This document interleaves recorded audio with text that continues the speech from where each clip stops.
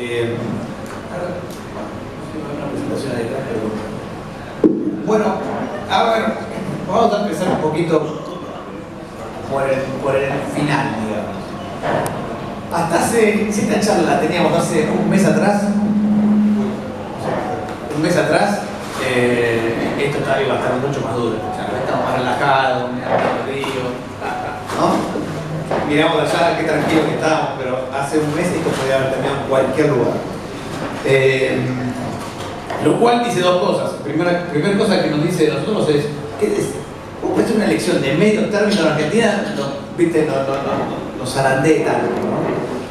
Porque nos zarandeó muchísimo. La salida de capitales que tuvimos, la realidad no hubo salida de capitales, pero solo la elección de carteras fue enorme, fue más grande que la de Macri, en la corrida de 2018-2019.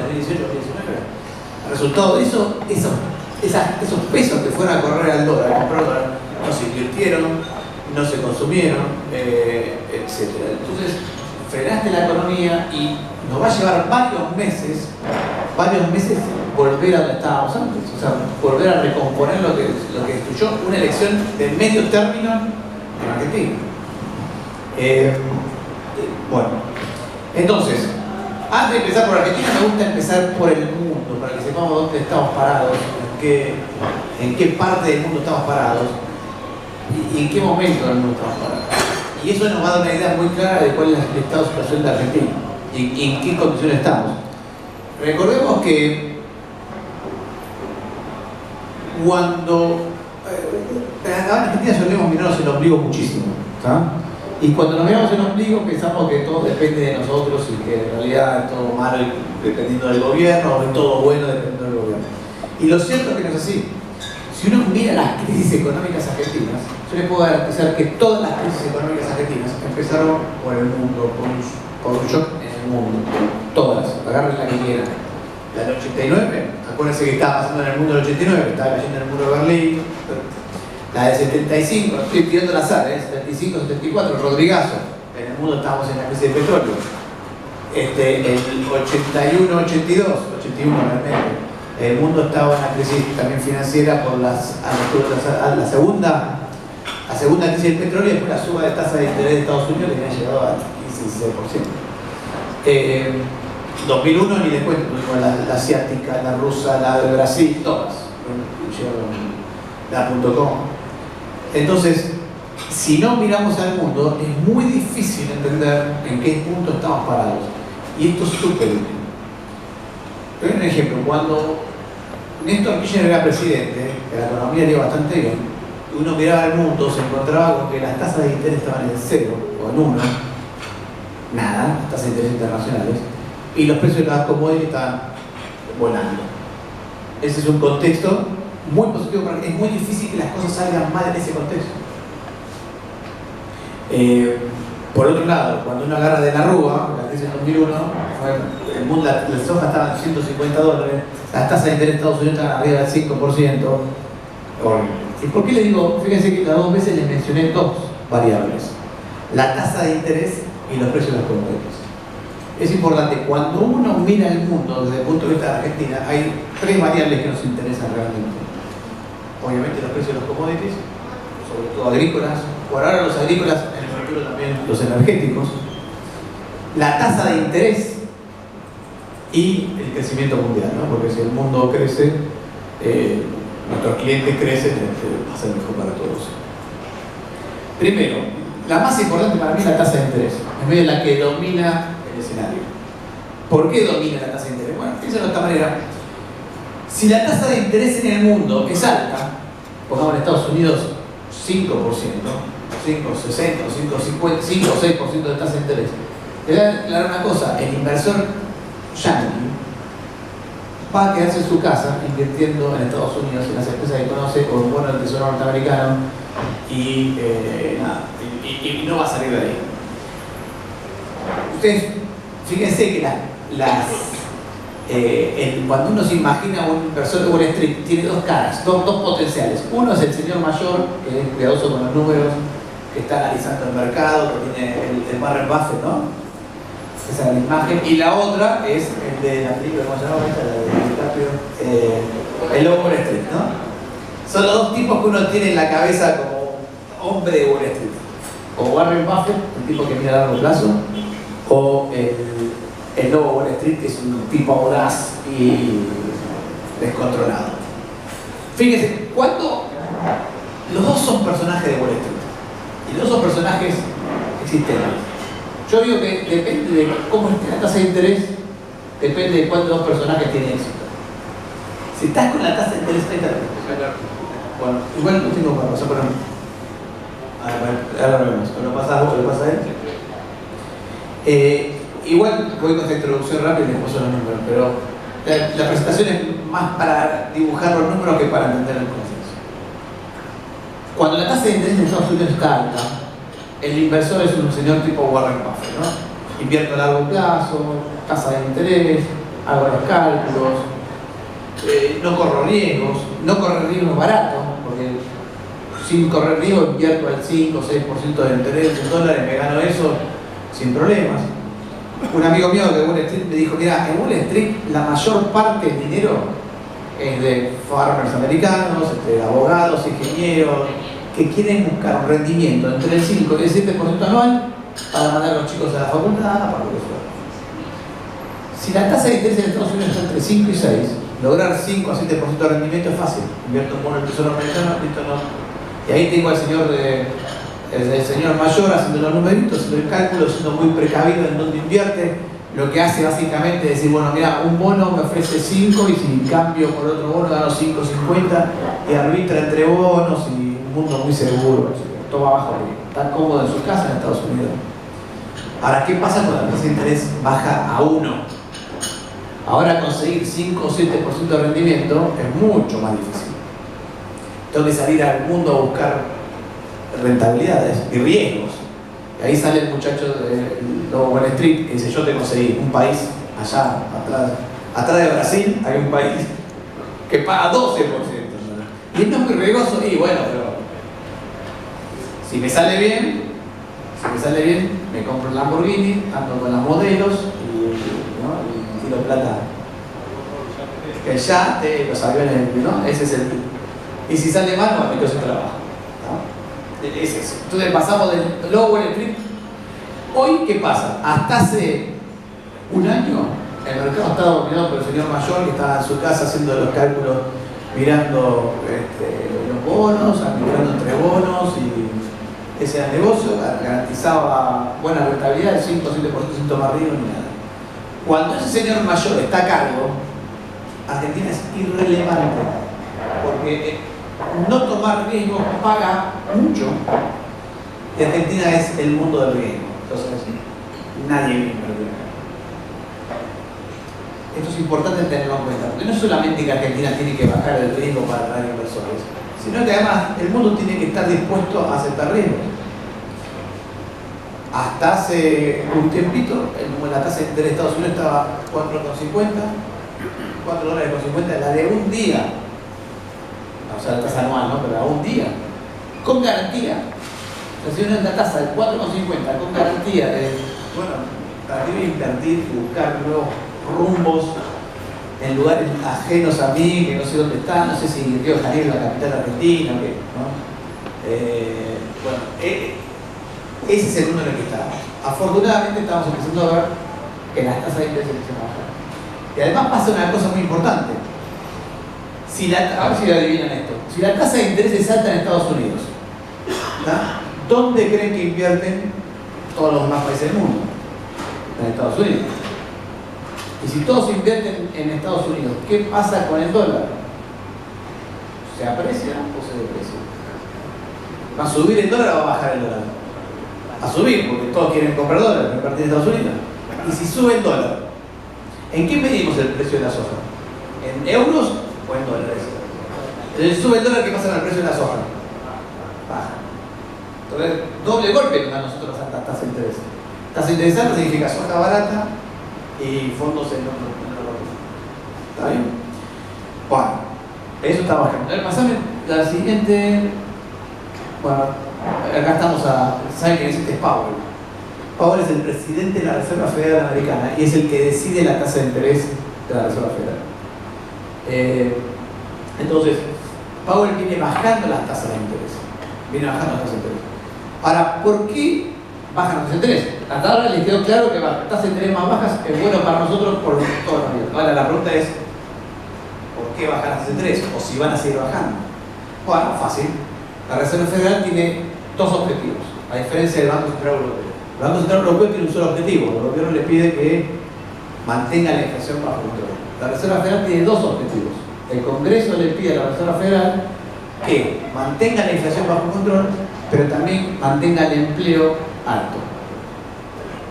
El problema es que, en teoría económica, la política monetaria es un instrumento. O sea, yo tengo un solo instrumento para dos objetivos. Y la teoría económica, que el señor economista lo sabe, no se puede. Si tenés dos objetivos, tenés que tener dos instrumentos.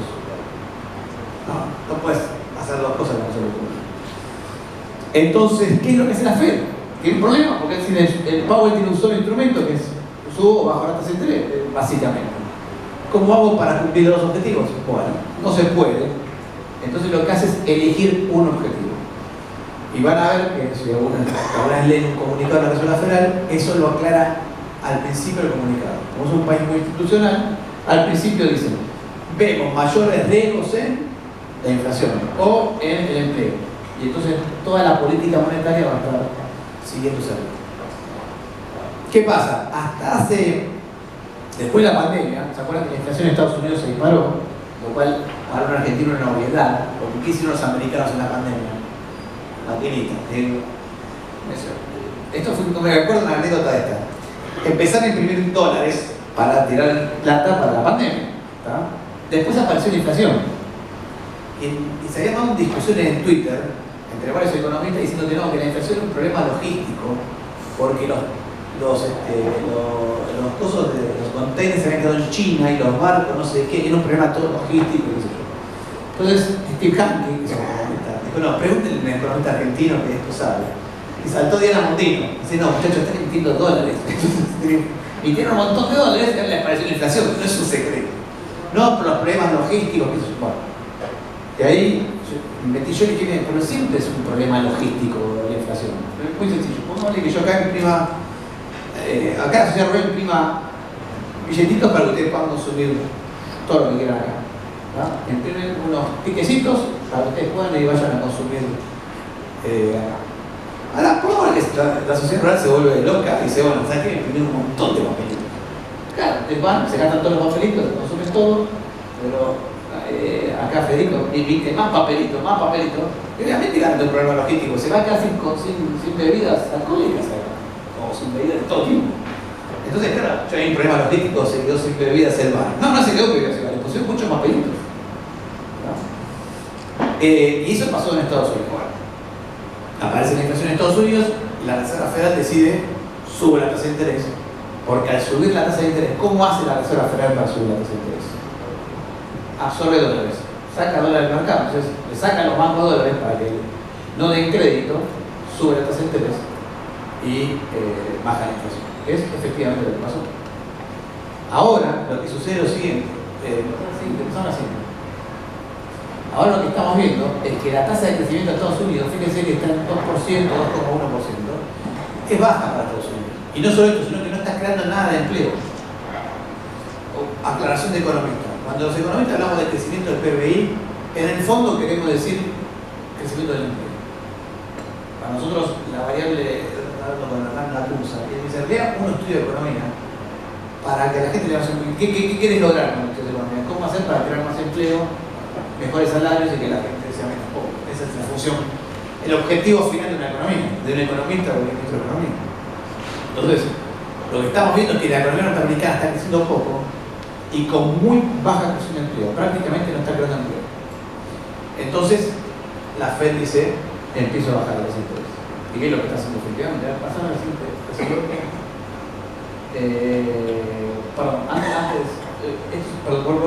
es el comercio, el volumen de comercio de Estados Unidos. No se ve, pero en azul son las importaciones, no sé por qué no se ven los cositos, pero en azul son las importaciones y en rojo las exportaciones. Lo que estamos viendo es una caída del volumen del comercio. En parte porque metió unas tarifazos enormes, pero en parte también porque la economía está creciendo poco. Cuando uno es más rico, consume más cosas, no menos, ¿no?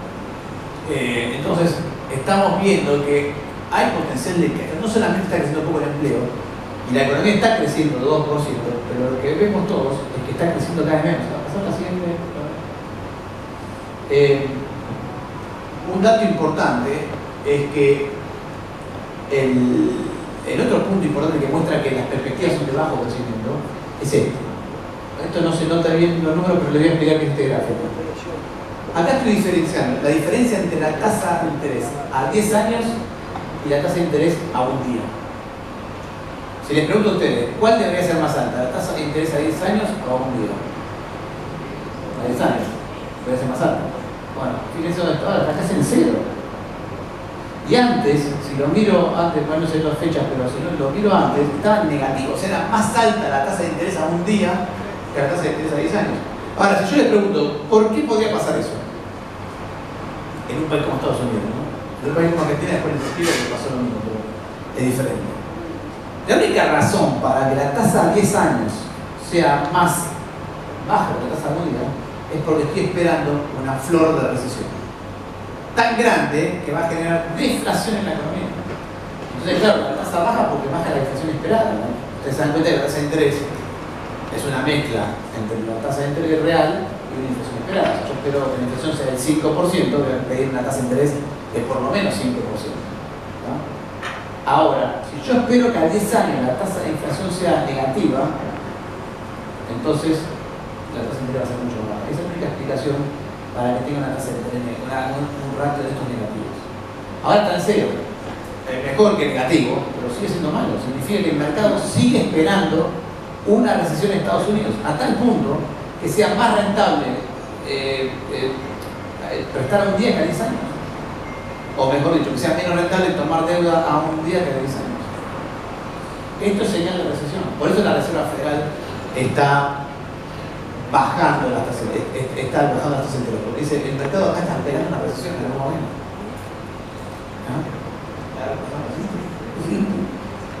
Bueno, y acá viene el otro problema por el cual la Reserva Federal está bajando las tasas. Ahora les explico este gráfico que es divino. Abajo tengo la tasa de interés de Estados Unidos. Y en el eje vertical tengo los price earnings de las empresas americanas. ¿Qué tan caras o baratas están las empresas americanas? Como se dan cuenta, cuando la tasa de interés es más baja, más caras son las empresas, porque, muy sencillo, si las tasas de interés son bajas, yo voy a preferir invertir en acciones. Y si las tasas de interés son altas, voy a preferir invertir en bonos. Bueno, los tres puntitos ¿te identifican los tres puntitos de colores ahí? Esas son las valuaciones de las empresas hoy. Tan altas. Es más, si uno mira allá hay una flechita, eso fue cuando explotó la burbuja.com. Tan altas. Da un poco pánico. Claro. Claro. Sí. Lo que decía está hablando de la evaluación de Nvidia. Nvidia es la empresa que fabrica los microchips que se usan para la inteligencia artificial. Entonces dice, sacando las dos o tres, Microsoft y Apple, que son las dos más caras, es más cara Nvidia que las 10 empresas que están abajo en Chile, juntas. Están muy caras las acciones, sobre todo la inteligencia artificial. Ahora, hay razones para decir, pueden seguir así, porque la verdad es que nadie sabe dónde termina el negocio de la inteligencia artificial, pero también hay razones para decir, che, está un poquito caro. Eso significa que si vos compras una acción del S&P 500, vas a tardar 27 años en recuperar tu inversión. 27 años. Es alto. Bueno, a ver, cuando están de esas evaluaciones es porque estás esperando un crecimiento violento, porque eso con las ganancias de hoy, pero si las ganancias multiplican por 2, por 3, puedes recuperar rápido. Pero igual se dan cuenta de que es medio alto. Entonces, bajar la tasa de interés tiene también su riesgo, y es que esto se caiga. Si bajamos la tasa de interés, lo que puede pasar es que las valuaciones van a subir un poquito más. Pero bueno, hay un potencial de riesgo ahí también, entonces la Reserva Federal está más en bajar las tasas que otra cosa. Ahora, pasame las siguientes. Y la baja de la tasa de interés obviamente está provocando lo que yo le dije antes. Fíjense qué está pasando con los commodities. En rojo es el cobre, en verde es la soja, en gris es el trigo y en negro es el petróleo. El petróleo es el que menos está subiendo. Pero como consecuencia de la baja tasa de interés estamos viendo todos los commodities disparados. Obviamente el cobre es el número uno porque es el que se usa para hacer chips, ¿no? Y microprocesadores. Y es el que va a estar monetizando el mundo, ¿no? Pero los números parecen ser positivos. Parecería ser que las tasas de interés van a seguir bajando un poco más. Se está esperando que baje un cuarto de punto por trimestre a partir de diciembre. O sea que a fin del año que viene vamos a tener tasas de interés del 3%. ¿No? Son tasas de interés mucho más cómodas que el casi 5% que teníamos hasta hace un par de meses. Ahora, 3% de tasa de interés, es una tasa de interés mucho más cómoda, pero igual requiere que Argentina haga su trabajo para que sea utilizable esa tasa de interés.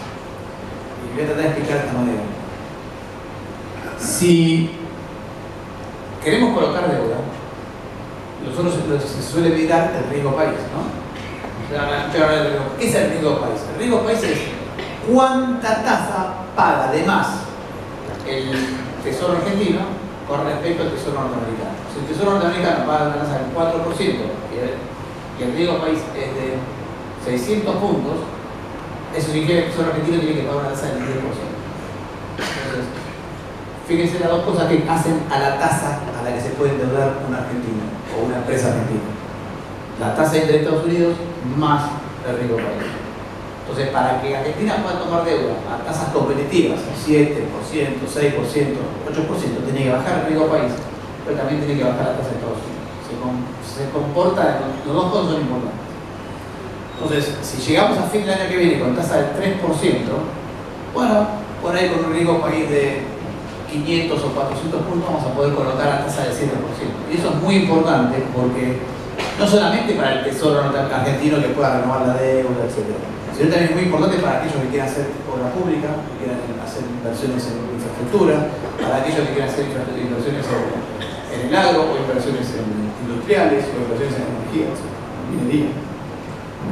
Pero para eso tenemos que estar hablando de tasas de interés del orden abajo del 8%, más o menos. Abajo buen cubero es el cálculo, ¿no? El cálculo que hicimos con el método de 5 dígitos oscilantes, no sé lo que es. 5 dígitos oscilantes es el mecanismo de pero más o menos la idea es que abajo del 8% de tasa ya empezás a tener una tasa de interés rentable como para poder hacer grandes obras de infraestructura, poder financiar el Estado, etc. Para eso es necesario que la tasa de interés de Estados Unidos se mantenga en estos niveles o baje al 3%. Ya alrededor de 3 ya estamos hablando de algo que es sustentable con un riesgo más de 500 y o que baje el riesgo país. Porque Argentina todavía tiene un riesgo país en el orden de 600 puntos básicos. Por eso también van a escuchar hablar a los economistas que decimos con un riesgo país de más de 500 no se puede todavía acceder a los mercados financieros. No con un riesgo país a 500. Entonces, ayer el presidente dijo que ya estamos en condiciones. Yo creo que todavía no, pero estamos muy cerquitos. Por ahí para el año que viene ya vamos a estar en condiciones. Entonces, ¿por qué? Porque estamos pensando en una tasa de interés del 3,5 más 500 puntos de riesgo país, ya puede estar, ya está cerca 8,5% de tasa y empieza a ser todo mucho más. A ver, pasamos las dos siguientes puestos Argentina, pues ya metí en Argentina sin decir nada. La otra, la siguiente. Si pasa. Ahí está. Este es el riesgo país, la línea roja. Y la línea celeste, la línea roja es el riesgo país. La línea celeste, que no se ve ahí, pero la línea celeste es el riesgo país promedio de los países emergentes. Y ese valor es 500 puntos hoy. Argentina todavía está por arriba. Estamos cerquita de romper esa línea. ¿Ven la roja con la celeste? Lo ideal es que nosotros atravesemos la celeste para abajo y ahí empezamos a estar en condiciones de hacer un mercado financiero. La siguiente pasamos la mano. Bueno, acá no se ve bien, pero la línea azul también, la celeste, es la TIR de los bonos argentinos. O sea, cuánto están cotizando hoy los argentinos y van a ver que están en 10 puntos del PBI. Ganan 10% de tasa. Que no es todavía una tasa aceptable para colocarlo. Augusto, te interrumpo un segundo. Para No, Uruguay está en 200, 190. Mucho más abajo. No, mucho más. Paraguay también, por ahí, un poquito más. Bajo 100, no Uruguay. Perdón, Brasil está en 190, Chile está por 100. O sea, esos son países que se pueden colocar. Entonces, hagan el cálculo. Si la tasa de interés Estados Unidos está en 3,5, Chile está colocando hoy al 4,5. Argentina estamos rogando llegar al 8,5. Hoy estamos en 10. Y eso te hace una diferencia fenomenal en la infraestructura, pero hay una particularidad que está pasando en Argentina, muy particular en el mundo, como si Argentina no lo entenderías, como dice el del TikTok, pero colocó de la Pampa un bono en el exterior a 12 años a tasa de menos del 8, o sea que Pampa es más seguro que el gobierno argentino, lo cual los argentinos lo entendemos bien, los de afuera no lo entienden, porque en general siempre le dicen el bono soberano es el menos riesgoso. En Argentina es más menos riesgoso Pampa o la petróleo o cualquiera de esas que Argentina. Tenemos países al borde de guerra civil o países vecinos como Pakistán, por ejemplo, que tenemos 300, 400 puntos y están al borde de guerra nuclear. Bueno, Ucrania. India, ¿no? Ucrania. No. O sea, vos lo que decís que el peronismo es como una... No, sí, la política argentina es casi como tener una guerra mucho peor. Le subió más al riesgo a la Argentina por una elección de medio término que a Ucrania por una guerra con Rusia. Es un problema de fondo. Para una consulta. Sí. Son muchos los fundamentos técnicos por los cuales voy a decir, tendría que bajar más. O sea, vos tenés niveles de deuda que pagan los países contra PIB. ¿Qué? ¿Que somos competidores seriales? El tema de Sí, obvio. de que no baje. Obvio. A ver, es muy buena pregunta, yo creo que es cierto lo que decís vos. Argentina no tiene una especie de una ética si te deben pagar la deuda. No la tiene. Entonces no te creen. Ningún país del mundo, fíjate esta, ningún país del mundo podría vivir si no tiene renovación de la deuda. Estados Unidos, si mañana vienen los acreedores y le dicen a Estados Unidos, pagame la deuda, no la puede pagar. Porque es fiscal que está renovando. Argentina hace 2 años que paga la deuda, taca. El único país del mundo que tiene más rico país que todos los demás que no la puede pagar. Ahora, ¿por qué es eso? Bueno, porque sos un defaultor, sos el tipo que le está pidiendo ahorita a todo el mundo. Ahora fuimos veces que fue el último que le fuimos a pedir guita. ¿Está? Pero se dan cuenta que Argentina se comportó todo el año como el tipo, che, es un mango, lo vamos a prestar a este. Le pedimos a él, después le pedimos a ella, después le pedimos a...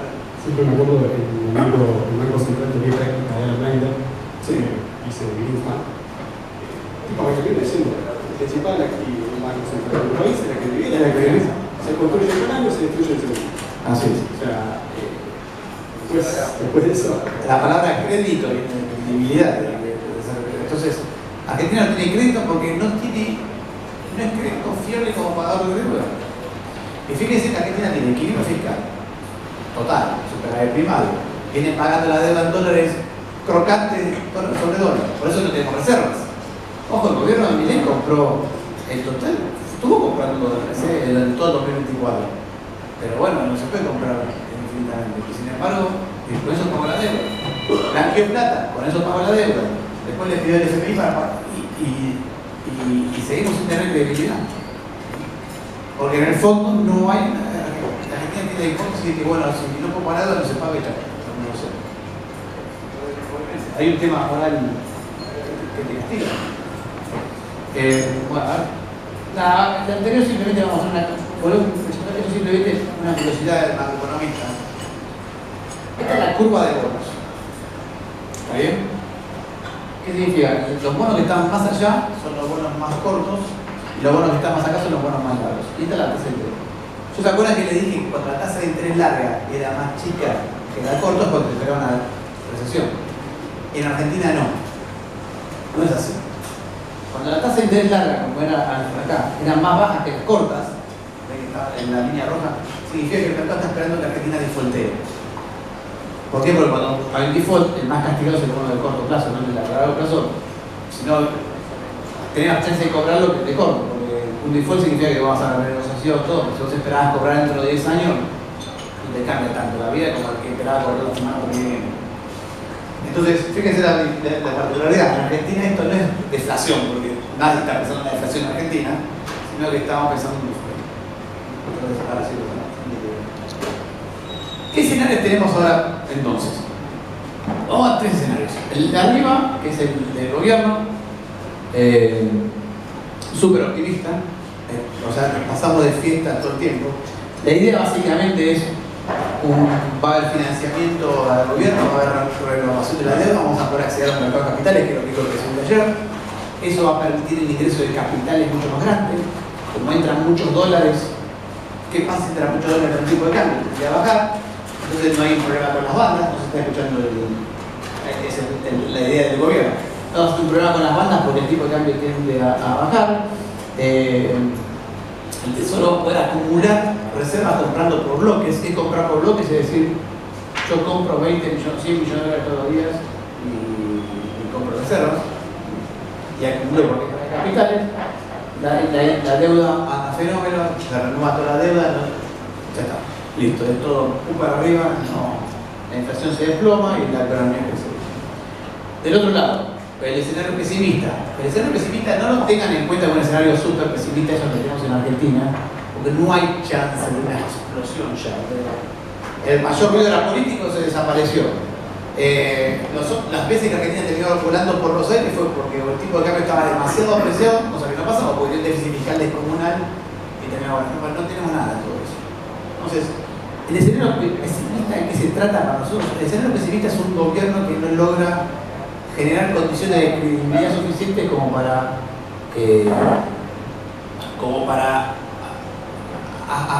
acelerar la inversión en Argentina. Por ejemplo, no define el tema. Las bandas no son creíbles, no define nada, no define la parte de política monetaria, sigue operando en modo emergencia en vez de empezar a establecer reglas de juego. Está claro que Argentina tiene que salir de la etapa de apagar incendios y empezar a crear etapas de crecimiento económico, de generar reglas de juego. Reglas de juego para que el inversor sepa si invierte, cuáles van a ser las reglas salariales, cuáles van a ser las reglas de mercado laboral, cuáles van a ser las reglas cambiarias, cuáles van a ser las reglas financieras, etc. La inversión se basa en lo que se llama forward looking, permitirle al inversor mirar hacia adelante y mirar hacia lejos. Si el gobierno fracasa en eso, lo que va a pasar es que todo se va a ir frenando, todo va a ser mucho más pobre de lo que podría ser. Por ejemplo, el inversor dice, bueno, hasta que no me aclare bien cómo funciona el tipo de cambio, no invierto. Hasta que no me aclare bien si ya estamos saliendo del cepo, no invierto. Hasta que voy posponiendo las ideas de inversión hasta que aclare todo. Y para hacerlo un poquito más heavy, ¿se acuerdan que yo les mostré las valoraciones de las empresas norteamericanas? Bueno, ¿qué pasa si además de todo esto se suma un shock externo? Como escenario que tenemos en cuenta porque es probable para esa evaluación. No es improbable, pero bueno, existe. Entonces, un shock externo en Argentina que no logró generar, todavía no lo logró hacer, esperemos que lo logre, generar una perspectiva hacia adelante más claras. Bueno, por ahí tenés un escenario negativo. Ese escenario negativo es explosivo, no para nada. Es un escenario donde posiblemente las tasas de crecimiento sean mucho más bajas, haya más inflación porque el dólar va a tender a subir, a romper las bancas, etc. Pero no es un escenario catastrófico, es un escenario de estancamiento muy parecido a lo que venimos teniendo. Y después está nuestro escenario, que es el del medio, que queremos una cosa en el medio. Ni todo tan pum para arriba, ni nada, sino que le va a costar al gobierno un poquito la recuperación económica, por ahí 5 o 6 meses hasta que la economía empiece a rebotar. Van a entrar capitales, pero también va a tardar un poquito. Más bien estamos pensando que eso va a pasar el segundo trimestre, el tercer trimestre del año que viene. Un tipo de cambio más alto, muy pegándole a las bandas actuales. Pero es un escenario que se va a ir avanzando. Vamos a tener crecimiento económico, la inflación va a ir bajando, por ahí no tan rápido como espera el gobierno, pero va a ir bajando. Y vemos un contexto con los dos componentes. Un componente de algunas dudas del gobierno a la hora de establecer reglas de juego, que no lo vamos a ver todavía muy enfocado en eso, pero que tarde o temprano lo va a lograr. Para mí el ejemplo de esto es el tema del tipo de cambio y las bandas cambiarias y la flotación. Está claro que Argentina va a hacer un esquema de flotación del tipo de cambio a la larga. Lo que pasa es que hoy vemos las bandas, vemos el tipo de cambio muy pegado a las bandas, Y decimos, encima tiene que acumular reservas, tiene que salir a comprar más dólares, con lo cual el tipo de cambio tiene que irse para arriba, no para abajo. A menos que haya una entrada de capitales muy grande que todavía no está por hacer. Muy poco, discutiendo la cuestión de las bandas. Yo no entendí por qué el gobierno. Más fuerte. Perdón, se escucha la no entendí por qué el gobierno no explica que el sistema de bandas cambiarias no es un sistema de corto plazo. O sea, los países que pusieron bandas para estabilizar el tipo de cambio, creo que en los casos de mayor éxito, el que menos tiempo las tuvo fue 3 años y el que más 10. Sí, bueno, por eso que genera dudas el sistema. A ver, pasame la siguiente. Ahí está. Ahí tengo las bandas el tipo de cambio. ¿Vieron? Está radiando las bandas del tipo de cambio, está pegándole al guardarrayo. O sea, la idea de las bandas es una flotación controlada. A ver, pasame la siguiente. Acá también está la banda del tipo de cambio, pero les voy a mostrar esto. La idea de las bandas es una flotación controlada, lo cual para mí es una buena idea trabajar con bandas en este esquema económico. ¿Por qué? Porque todavía la economía no está estabilizada del todo como para pensar en un esquema de flotación libre. No está estabilizada y no lo sabemos porque la inflación sigue siendo 2% mensual. Es mucha inflación para el mundo. Acuérdense que el tipo de cambio es la relación de valor entre tu moneda y las monedas del resto del mundo. ¿Está? La nuestra se devalúa 2% mensual, todavía. En el resto del mundo no, 0,3 mensual. Entonces, nuestra moneda es mucho más inestable que cualquier otra moneda del mundo. Entonces, flotar libremente es como todavía muy prematuro. Por eso las bandas es como un sistema razonable donde vos flotás dentro de ciertas condiciones y funcionas en ese sector. Ahora, la idea de las bandas es que el tipo de cambio fluctúe por el medio de la banda. No, así. Y estas son las proyecciones. La línea punteada azul es nuestra proyección, la línea punteada naranja es la proyección del promedio de los economistas, la línea punteada celeste es la del ROFEX. O sea que nosotros estamos proyectando que le vamos a estar pegando a la banda superior todo el tiempo. Y no tiene tanto sentido. Eso es como el guardarray de la autopista, la idea de la autopista. Sí. No quiere decir que te van a cambiar la barra. El ministro dijo que no. Por eso, ahí es donde yo le digo el riesgo de la credibilidad. Si vos decís que no, y después cambiás, y después no, empezás a tener problemas de credibilidad. Yo no sé por qué no actuaron rápido con el tema. O sea, si vos me preguntás a mí, lo más lógico es ser de la banda inferior en 1400 y la banda superior en 1700. Entonces, sabés que apenas toca 1400 para comprar reservas. Y 1700 un tipo de cambio 1800, un tipo de cambio suficientemente amplio como para corregir. ¿Por qué es lo mismo que la autopista? Las bandas son para casos extremos, para es como el guardarray de la autopista. Pero la idea es que vayas por la parte gris, no pegándole al guardarray, bueno, rayando la puerta todo el tiempo. Aparte, acá nos ponemos también en un tema de que es una convención, tenemos un mercado, como vamos a ver, un mercado de cambios tan poco profundo, que también nos genera que con un poco volumen de dinero, para cualquier fondo, vos puedas mover el tipo de cambio muy fácil dentro de la banda. Entonces vos tenés la herramienta del techo y piso en margen lógicos nos ayuda a una estabilización. El tema es este, o sea, como compramos dólares ya está en el techo. Claro, el gran problema de las bandas hoy es que no es un problema el tipo de cambio, ojo, no me malentiendan. El tipo de cambio yo creo que en estos valores ya empieza a estar a niveles razonables. Por ahí aún era no, para mí me gusta más 1700, bueno, pero son tipo de cambio que empieza a estar en valores más razonables. El problema es el esquema cambiario que uno cree, porque si estoy aplicando en la banda superior, significa que cuando toque la banda superior tengo que vender dólares. Y no tengo dólares. Es más, tenés que comprar dólares. Entonces, como que hay una contradicción en ese programa. Ojo, otra vez. Pero vos no es crítico que sí. Vos no pensás que si la banda estuviera, como vos dijiste, en 1700, el mercado no te lo subiría. No. ¿Por qué no lo sube? Es para flotar, flota ahí. Pero no es que el mercado te lo sube al nivel de la banda. Si estás así, estás en un problema. Estás así, es un problema mucho más grave. Porque eso significa que el mercado no te cree nada. Pero no creo. Ya me siento que es un valor muy alto para el tipo de cambio. Entonces, perdón, si tenés ese problema, es un problema que tenés que trabajar de otra manera. Ya es un problema.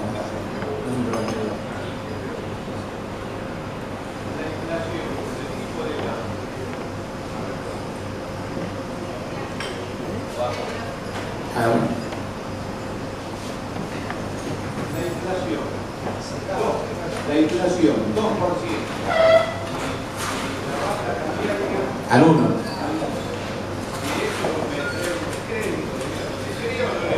Bueno, ese es el problema. El tema es ese, que ese es el otro problema de todo este esquema. No solamente que decir, che, vos tenés que comprar dólares, no venderlos, y si menos está más cerca de venderlos que de comprarlos. Y en segundo lugar, vos estás diciendo esto va a devaluarse al 1% y yo tengo una inflación del 2%. Son todas las falta de actividad que tiene el esquema. Ahora, puede pasar que nos sorprenda la realidad, que entre muchos capitales esto baje. Ahí volvemos a la discusión del tipo de cambio, está bien o está mal, pero hay un problema de credibilidad. Esto es lo que yo les digo cuando digo que el gobierno no puede tratar de evitar este tipo de errores, de no generar perspectivas hacia adelante, porque esto es lo que le está pensando, lo que hace pensar, lo que piensa es, che, ¿no van a cambiar la banda en algún momento? Bueno. O sea, si vos querés poner vamos a poner de esta manera, si vos querés defender cualquier tipo de cambio, mejor que tengas reservas. Porque es una regla que tiene que ser cumplir. Entonces, toca la banda, tengo que salir vendedores. Toca la banda inferior, tengo que salir a comer. No está claro, no queda claro el panorama. Y che, si el tipo de cambio me sube, no me lo van a bajar o no me van a cambiar la regla. Entonces, ejemplo, si yo tuviera un banco central con 100.000 millones de reservas, y esto no es problema, porque sabés que el banco central te lo va a defender. Entonces vos podés pensar, hacer un acuerdo comercial, por ejemplo, asumiendo que el tipo de cambio nunca va a pasar los 1.500, agarrás el tipo de cambio cada 1.550, lo que sea, a 6 meses, porque el del gobierno va a defender 1.550. Pero si yo te digo, hago un acuerdo comercial con vos ahora, donde fijamos un tipo de cambio de 1.600 para dentro de 6 meses, que está por arriba de la banda, ¿es razonable? Puede ser razonable, puede ser que no queda claro. Bueno, la siguiente. Bueno, ahí pusimos dos gráficos, acá es lo que les decía, ¿por qué digo que no es un problema del tipo de cambio? La línea azul es el promedio histórico del tipo de cambio argentino a precio de hoy, que es 1.450. 1.450 es el tipo de cambio promedio histórico argentino. La línea verde es la paridad teórica de equilibrio, es el tipo de cambio al cual no entran ni salen capitales de un país. O sea, ustedes saben, se dan cuenta enseguida. Si entran dólares en un país, entran capitales, el tipo de cambio tiende a subir o tiende a bajar. Tiende a bajar, ¿no? Si salen capitales, tiende a subir. ¿No? Pero si cuando sale el tipo de cambio más alto, cuando entran es más bajo. ¿No? O sea que hay un tipo de cambio teórico donde no entran ni salen. Ese tipo de cambio está en 1660, 1670 pesos hoy. La línea verde esa. ¿No? Argentina tiende a tener un tipo de cambio que va a estar por debajo, debería estar por debajo de la línea verde. ¿Por qué? Porque estamos esperando que entren capitales. Es más, recomendación de negocios. Si vos tenés un negocio que requiere un tipo de cambio más alto que el 1670, estás teniendo un negocio en el cual te conviene que a la Argentina le vaya mal para costa de economía. No es un negocio sustentable. Ojo, a muchos les ha ido muy bien con eso, mucho tiempo, ¿no? ¿Por qué? Porque las cuevas financieras, por ejemplo, cuevas financieras, negocio que le va bien cuando todo le va mal.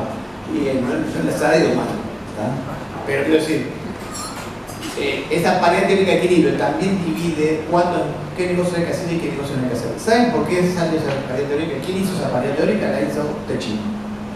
En el boletín Techin publicaba ese valor y lo mismo Albor planteaban como el valor máximo al cual vos podías plantear un negocio para que sea sustentable.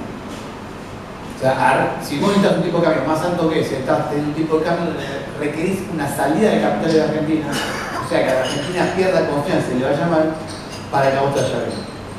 No digo que no haya funcionado, pero como lógica de negocio es un país normal, no debería ser. Entonces, a medida que te normalices, deberías estar en un negocio como ese es tu tipo de cambio máximo para el cual volver.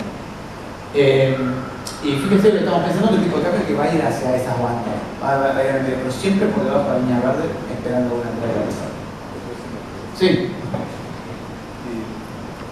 ¿Qué falta que haga el gobierno para que no sigamos pensando en la banda cambiaria, en el tipo de cambio? Y que pasemos a tener una vida con una inflación de 3-4% anual como tienen países que no tiene la riqueza que nosotros tenemos. ¿Qué falta para eso? Yo creo que en realidad no es que falta tiempo. Se tiene que terminar de acomodar toda la economía. Porque no es solamente una cuestión de lo que puede hacer el gobierno. Argentina, 20 años de inflación, 20 años de inflación y 20 años de proteccionismo y control de cambios, ha generado un set, establece un set de incentivos para crear, en 20 años, para crear empresas y negocios que funcionan bajo esas reglas de juego. Reglas de juego de alta inflación, altos márgenes, poca competencia, poco volumen, mucho negocio por margen, muchos negocios que por ahí no deberían ser, pero existen. Acá yo lo que digo es, a veces para evitar tirar acusaciones de quién llegó a esto se beneficiaron mucho. No, el gobierno creó un set de incentivos que dio nacimiento a eso. Siempre va a haber alguno que va a hacer el negocio ahí. Y conozco empresas donde, ahora están medio quebradas, pero que exportaban, industriales, exportaban 30% de producción o 40% de producción, le pusiste el cepo cambiario, le trabajas las importaciones, y el tipo dijo, ¿sabes qué?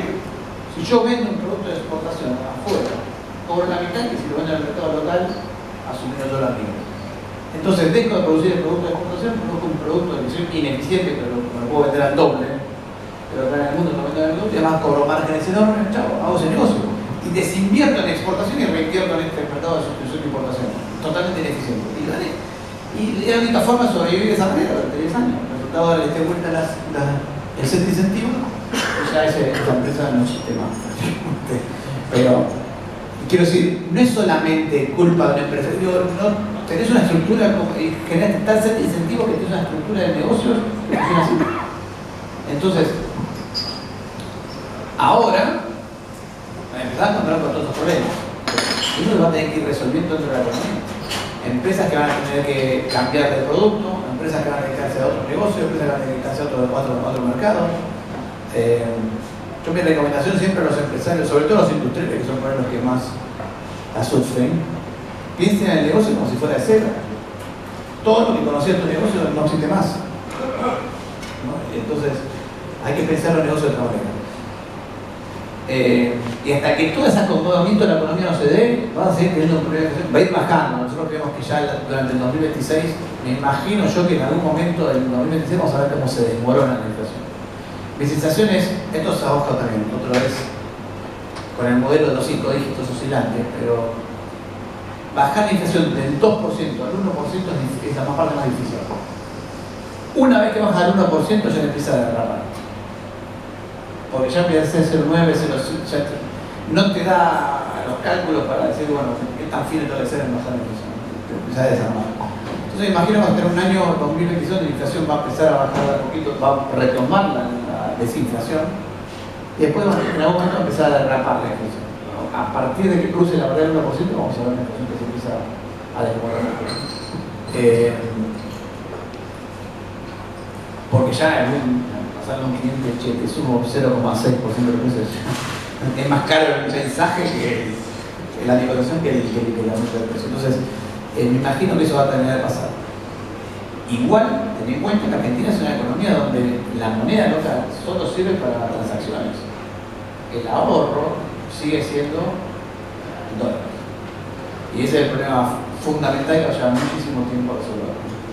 Porque vamos a tener que resolver con alguna solución más imaginativa de la financiación. Porque, ¿cuál es el problema? Si tengo un sistema financiero en pesos, como quería Labaña, como dejó Labaña, para que no haya corridas como en el 2001, ¿no? Bueno, fenómeno, tendremos un sistema anticorridas, no va a haber corrida financiera. Tuvo razón Labaña, del 2001 para acá no hubo más una corrida financiera. Pero el ahorro de los argentinos no queda en Argentina, porque el ahorro de los argentinos está en dólares. Si vas como cabal, decís, no, con este razonamiento, el ahorro de los argentinos está en dólares y por lo tanto quiero tener un sistema financiero dolarizado para que los ahorros argentinos queden en Argentina, corres el riesgo de una crisis bancaria muy grande. ¿Cuál es la solución potencial de la que está hablando hoy? Bueno, separar el sistema financiero en dos. Dejar un sistema financiero en pesos, bancario tradicional, y un sistema mercado de capitales en dólares. Porque un mercado de capitales no puede tener corridas como bancario. No hay no hay multiplicador monetario. Los bancos multiplican el dinero. Si ustedes depositan 1 millón de pesos en el banco, pueden obviamente gastarlo con la tarjeta de crédito, el Mercado Pago, lo que fuera. Pero a la vez, esa plata la tiene el banco. El banco la prestó a otro señor y está gastando tu mismo 1 millón de pesos. Entonces vos gastás el 1 millón de pesos con la tarjeta de crédito y el señor está gastando el mismo 1 millón de pesos. Eso es el multiplicador monetario. ¿Qué pasa con ese sistema? Por eso están los encajes y por eso existe el Banco Central. Si hay una crisis financiera, nos asustamos y queremos retirar los depósitos, no hay depósitos para todos porque se multiplicó el dinero. Entonces ahí es cuando aparece la necesidad de un Banco Central que emita el dinero para que todos podamos retirar los depósitos. Pero eso se le puede hacer en moneda local. Cuando tenés dólares, no pasa eso, porque el multiplicador también empieza a multiplicar dólares que sí no están. La única solución a eso, por ahora, es tener muchas reservas. Por eso la convertibilidad estalló cuando las reservas llegaron a un nivel demasiado bajo. La otra alternativa es decir, ¿qué tal? Me parece que es, bueno, no tengamos un sistema bancario en dólares, pero sí tengamos un mercado de capitales en dólares. Vos querés tomar un crédito en dólares, bueno, colocate un bono, o del banco, va y coloca un bono, no sé, de un intermediario, y ese bono es el crédito. ¿Por qué no hay ahí no hay multiplicador? Porque cuando yo compro un bono, yo no puedo gastar mi plata, la gasta el otro. No tengo este efecto multiplicador, como hacer un depósito. Compré un bono, ya está. ¿Dónde tengo bonos? Yo no puedo gastar. Puedo vender el bono, pero no puedo gastar el bono. Entonces, posiblemente el sistema financiero argentino evolucione hacia algo así. Un sistema en dólares en el mercado de capitales, un sistema en pesos tradicional, transaccional. Bueno, el tema de estas reservas. Reservas netas, estamos en 6.000 millones de dólares. Entonces, son pocas las reservas como para decir, voy a defender el tipo de cambio. Y además, las reservas tienen particularidad en Argentina. No solamente hoy están para defender el tipo de cambio, sino también están para garantizar los bonos.